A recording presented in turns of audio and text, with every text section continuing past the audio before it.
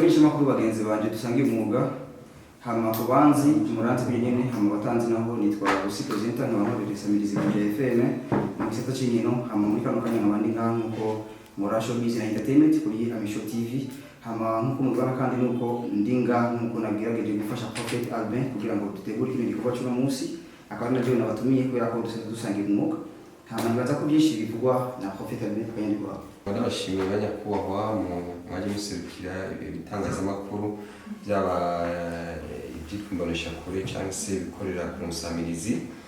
Twari twifuje uyu munsi ko tubamenyesha ubwa mbere ibikorwa bikorerwa kuri no cicaro c'ishengero rya Mwemera mu Burundi. Cya kabiri tubamenyeshe igikorane twimirije tuzoba twatewe iteka n'umuvyeyi intumwa y'Imana yitwa Yongo Joseph. Twongere tubabarire n'ibikorwa bya Albine TV nayikorera kugira ngo abarundi baba cyane cyane baba mu gihugu cyacu ciza baba bari mu mahanga bamenye ibikorerwa mu Burundi kuko benshi usanga batabimenye kandi none iciza kitavuzwe ntawumenya ko iciza kihari.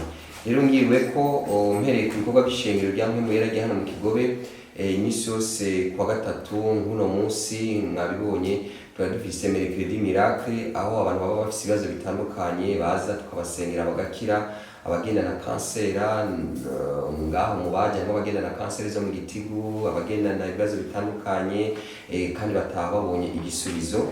Tuvuga rero ibyo bikorwa bikorwa ku imisi yose kwa gatatu imisi yose kwa gatandatu naho nyine dufite amasengesho yo kwihema guhera saa 2 z'agatondo. Imisi yose dimanche muri iyi nyubako nyene dufite amasengesho adasanzwe. Rero nkuko mwashoboye kuza uyu munsi kugira ngo ijwi ryacu rishike kure kandi none ijwi ryanyu nimesha makuru bishika kure cyane nta bipaka bifise. Niyo mpamvu twari tugombye kugira ngo tubahe urwo rutonde rw'ishengero. Hari umuntu aba afite yaratevye kwibaruka yaratevye gusama yaragize ingwani iyo ariyo yose kandi twe nta dini twakira bose dufasha bose kandi igihuye n'umunyamavuta igihuye n'intumwa agukemurira ikibazo.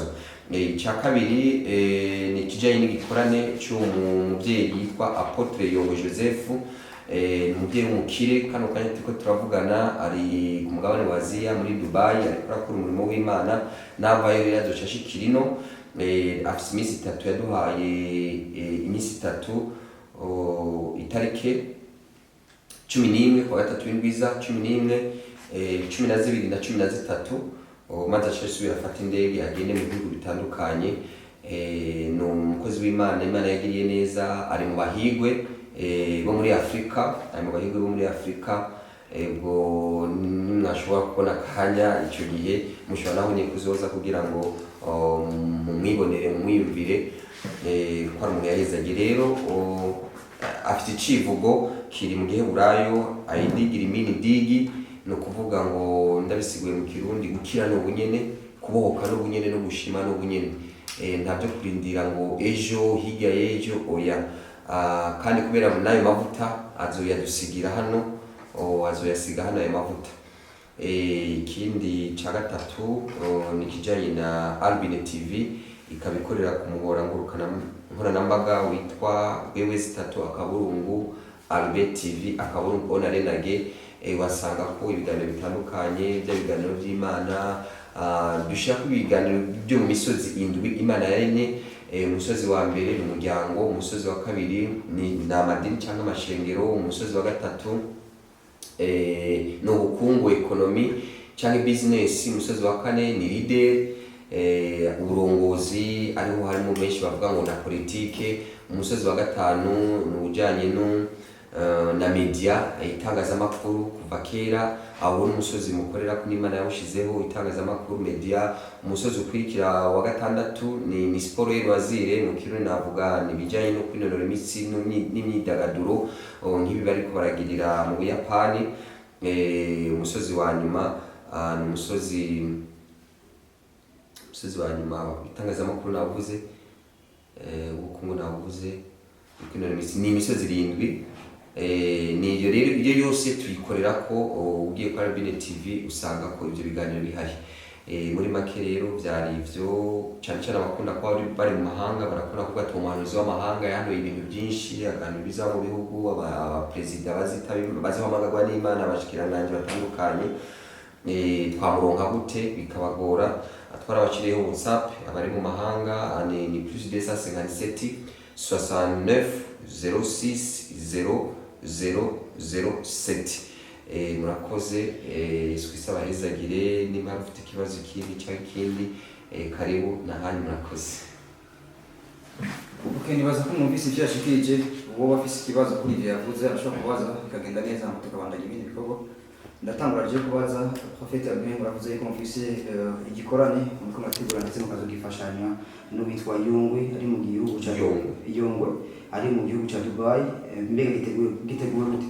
Murakoze cyane tuzogitanga ku munsi wa gatatu saa 4 murabona dufise ibibanza 4 iki kibanza cyo hasi n'ikibanza cyo hejuru hanze hariyo bibiri ibubamfu n'iburyo dusaba abantu ko muri iki gikorane n'ubu twatanga igikorane ejo tuzogikomeza guhera saa 8 kwa gatandatu dukomeze guhera saa 8 kwa gatandatu programme isanzwe hari n'amasengesho yo mu ihema kwa dimanche dukomeze kandi dimanche dufite umugigo ukomeye aho tuzokwatira abantu amavuta ya Abrahamu na Petero n'amavuta adasanzwe tuvuze amavuta ya Abrahamu na Petero n'amavuta yo ku mutwe no ku birenge babantu bipfuza abarundi kuba umukire kuba umuhigwe kuba umunyamafaranga ugakora bikemera nayo mavuta tuzabikora dimanche rero duhamagarira abantu kuza imbere kugira ngo bamanze abonetse nzicara hasi hejuru hanze urumva wumviriza kuraba umuntu ari indani nawe uri hanze ntibiryoshe ariko hari abantu babikunda kuko nta ecran plat tuzokoresha yo hanze hariho kandi umuntu ashobora kwiyumvira ati ndashaka guhura n'uwo muntu w'Imana abo muhigwe yaza kugira ngo aronke ticket d'audience.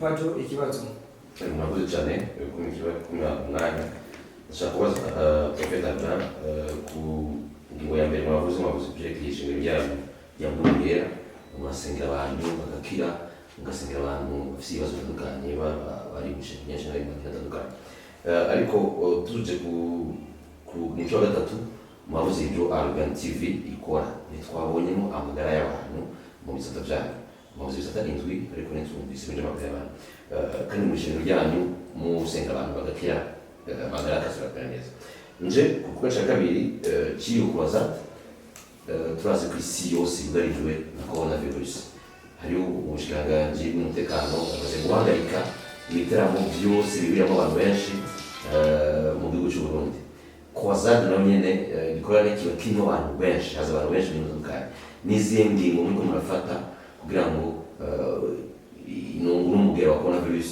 ntuzoce mu gikorane cyanyu kizokorera abantu benshi kugira ngo ntibandure hoho inzego bafise uburyo bwo gukoranya abantu benshi hari igihe tuzoba dukwiriye mu isengero ryanyu tuzobe hanze y'isengero. Murakoze cyane ndabunganiye bizobera hano muri iyi nyubakwa navuze ko ari ibibanza 4 aho hanze hajya mwinjiranye huzuye bashobora kujya hanze ntabwo ari igikorwa cyo hanze nishyure ikibazo wavuze ati navuze imisozi dukora ko kuri televiziyo Albin TV uti ntimwavuze amagara y'abantu ishengero navuze yuko dukora ku musozi w'ishengero ririmo byose nshingirwa ko hano tubabarira ibintu bitatu abantu ba hano tubateza imbere mu bintu bitatu esprit amekoro mu kirundi ibintu byo mu mpemu ku mutima no mu mubiri twabigisha uko babaho no gukora tukababarira ibiri mu gusura mu byagizwe 188 tuzohezagira imirimo y'amaboko yanyu abantu bose ba hano tubigisha izo nshingano zo gukora kuburyo batera imbere mu mwuka n'umutima n'umubiri bagasa neza uje hano usanga umuntu yaje yambara ikirato cy'ibihumbi 10 mu mezi abiri yambara ikirato cy'ibihumbi 200 kubera iki n'inyigisho ubuzima bwe burahinduka noneho tugiye mu byakozwe n'intumwa kandi 13 hari inkuru ya Simoni Petero n'inkuru ya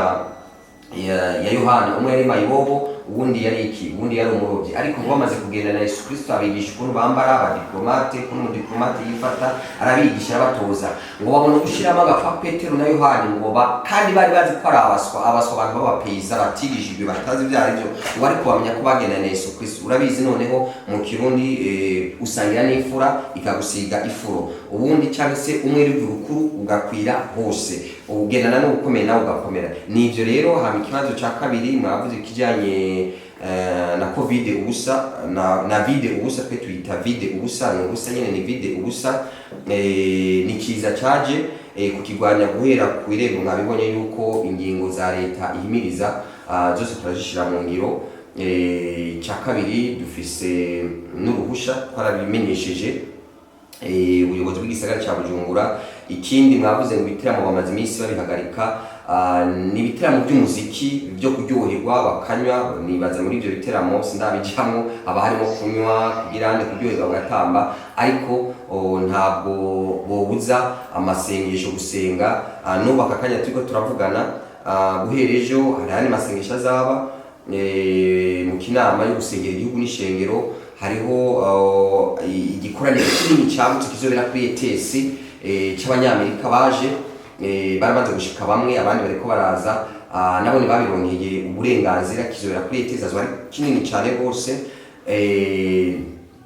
Icyo ndashobora kukibuza, nta muntu murabizi Imana imbere, haba mu itegeko nshingiro twashyize Imana imbere. Rero haba mu kuramukanya tuvuga ati l'Eternel notre Dieu, imbere yo kuvuga abandi twashyize imbere Imana. Rero nta muntu yakuza gusenga ngo bikorana byo gusenga, ariko ibintu byo kuryoherwa kwidagadura nyene, kubera biriya biteramo usanga bijamo abantu n'abakire kuko warigiye kwinjira utanga tike d'entrée, bisaba uburyo bwinshi kandi biranyoteza ngiye wagize ugacugira. Rero ntaho bihuriye ibiteramo byo kwidagadura n'iby'amasengesho, ntabwo babihagarikije, ahubwo dukora gusenga. Kandi none murabizi imisi yose kuwa kane wa nyuma w'ukwezi hari amasengesho aba mu gihugu cyose.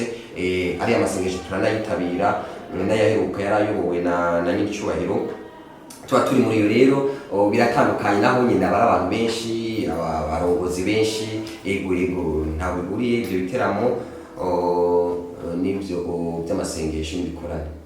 Nitwa Beni, iserukiranye Yosel TV. Mwavuze byinshi novuga kubyerekeye uruhande rw'abakirisu n'abantu bashaka novuga gukizwa cyangwa kumenya ibyerekeye ijambo ry'Imana, ariko sinzi ko muri programme birimo, mbega uruhande rw'igihugu cyacu Burundi rwe buzokunguka iki? Murakoze. Murakoze. Igihugu kizokunguka kuko hari ingenzi zije zizana uburyo, amahoteli, ibitoro biragurwa, imiduga irakotwa, Burundi burunguka. Icya mbere bwunguka nuko bwunguka amavuta,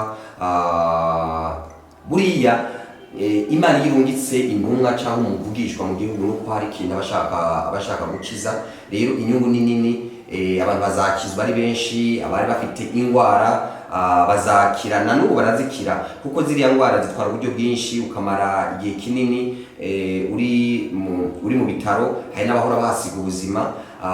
Ubu none urabizi baratanze n'amategeko yuko kizira ko umuntu arenza iminsi runaka bariko baramukanyisha. Ikindi gihe tuzobatuma ko tubabarira uriya mugigwa, mutubarize uriya mugigwa wo gukanyisha aho bawukuye, muri Bibiliya ntawo wanditse. Twebwe hano nk'ishengero dushigikira umugigwa wa bene wacu n'abamizima. Uriya mugigwa turawushigikira kuko uri muri Bibiliya na Yesu Kristo ntabwo bamukanyishije.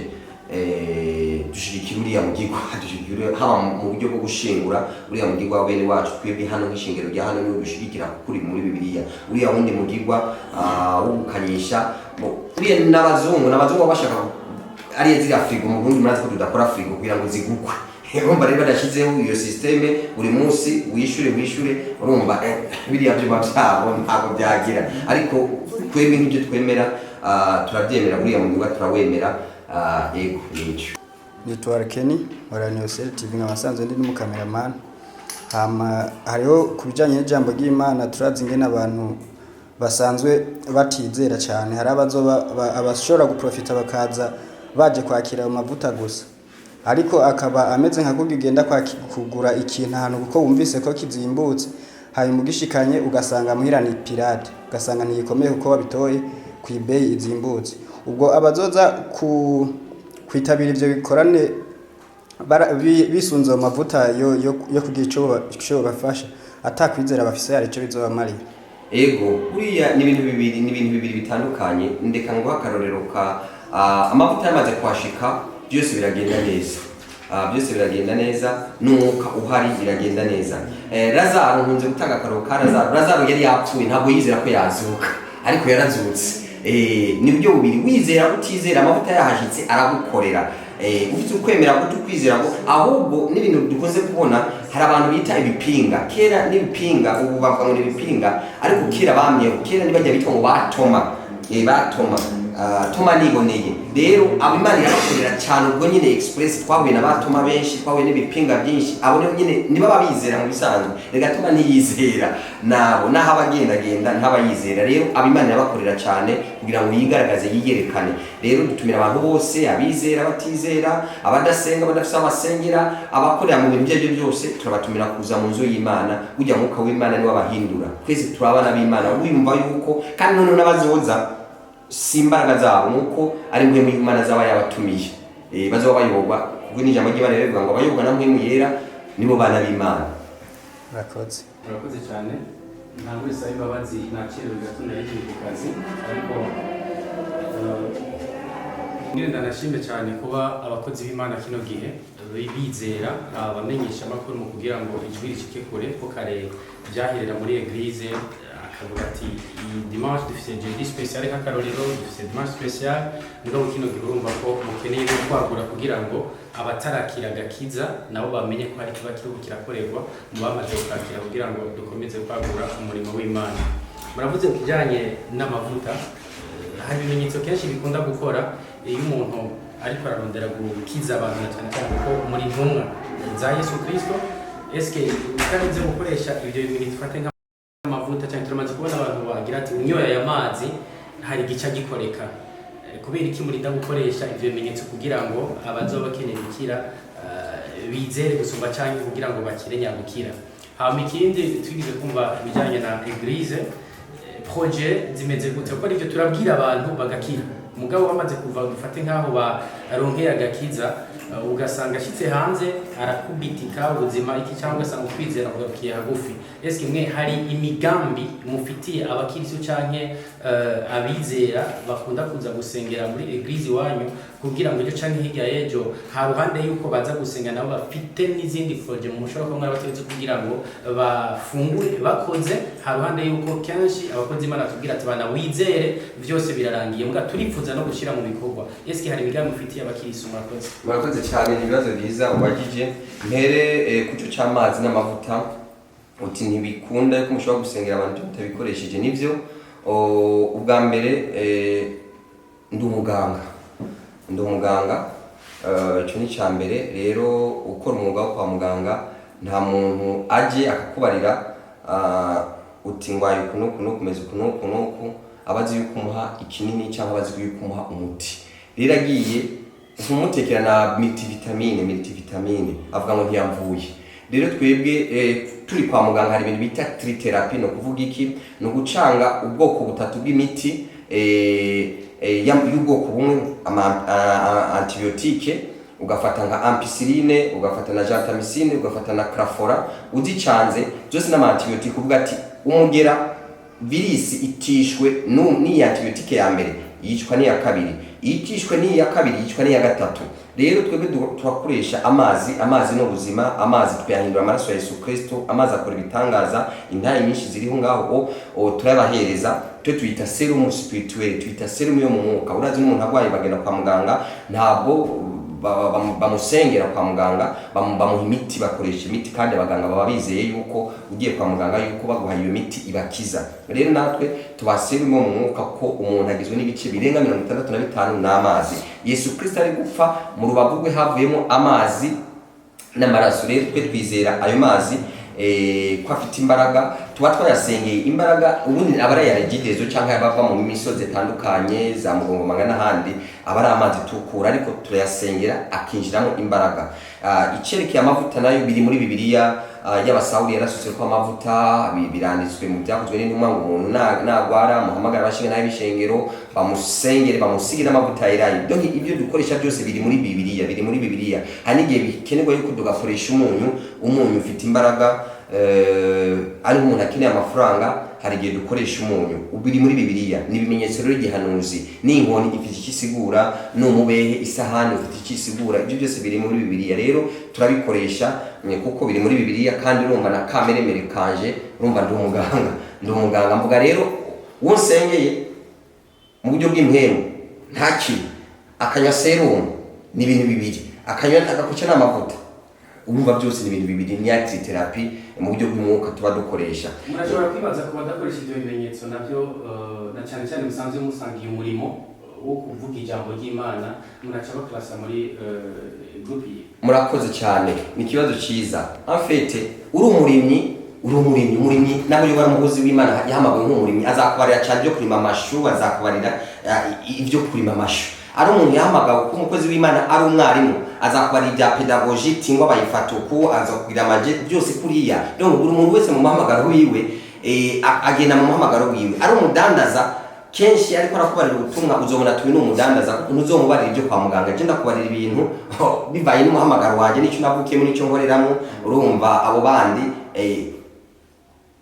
urumva ko abo bandi nabo bice bigorana. Ikindi mwavuze amaproje dufite amaproje menshi kandi meza dutegurira abanyeshengero n'abaza gusengera ngaho bari bose. Ikintu cya mbere inyuma y'ibi bikorane tujya tugira abantu cyane cyane bajya taxi vero bajya abantu batazi kunyonga imodoka tuzabigisha hano nyene tuzabazanira aba expert ababijejwe babigishe kunyonga imodoka aba taxi vero n'abajya abandi kubera umugongo uravunika cyane bama baje ngo tubasengera imigongo myonzi imyaka 200 kubera utova kwikinga mugere ku modoka uve mu bwiza uje mu bundi donc abantu bose bipfuza kwiga imodoka ku buntu baza inyuma y'iki gikorane tukabandika maze bakazoronka izo nyigisho ku buntu. Icyo ni cyambere nyuma duhejeje ibyo tuzoca kuko Afrika iri mu kuba leta zunze ubumwe za Afrika hari abantu 12 imperuka gusohora yuko Afrika ibihugu byose bizaba leta imwe kandi bikagira n'umuperezida umwe rero ururimi ruzakorana igiswahili n'igiswahili mu nyuma rero tuzoca tubigisha igiswahili ku buntu ngaha nyuma tubigisha icyongereza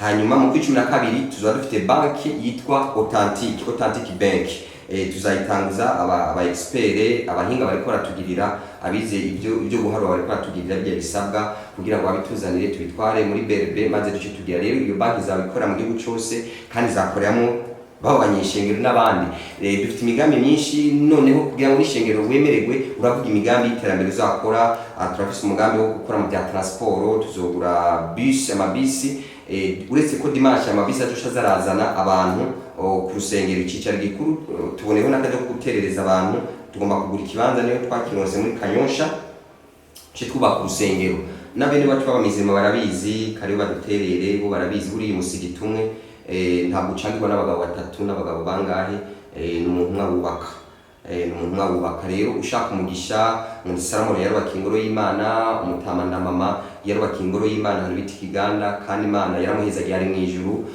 nyene cyubahiro sogokuru wacu yarubatse urusengero yaraterereye mu rusengero ari mu ijuru so rero umuntu akeneye gukorera ijuru naze aho hose wagira imbuto turaguha ikaze rero dufite imigambi myinshi haba mu byo bya transport dimanche ziratwara abantu ku buntu b'abanyeshengero bakorana atandukanye ariko imindi minsi igakora transport turafite umugambi wo kubaka ibitaro uretse ko dusanzwe dufite amavuriro yegukira ishengero atandukanye mu gihugu turafite 5 na clinique imwe yegukira rino shengero tubagomba kubaka ibitaro binini turashaka kuko mu kubyara dusengeye umuntu abyarira ubu nta muntu akibyarira muhira agizwa kubyara kwa muganga igikomere wakomeretse ntabwo twagusengera ubwo ngo ucume birakinira ka betadine birakinira ka pansuma so rero turafite na projet yo kubaka ibitaro turafite na projet yo kubaka amashuri guhera muri maternelle gushika kuri université kandi zoshiramo ubuhinga bugezweho ntabwo tuzigisha ngo kimwe guterana kimwe ngo bingana bibiri ibyo ntacyo babikoresha ngo trigonometry tuzigisha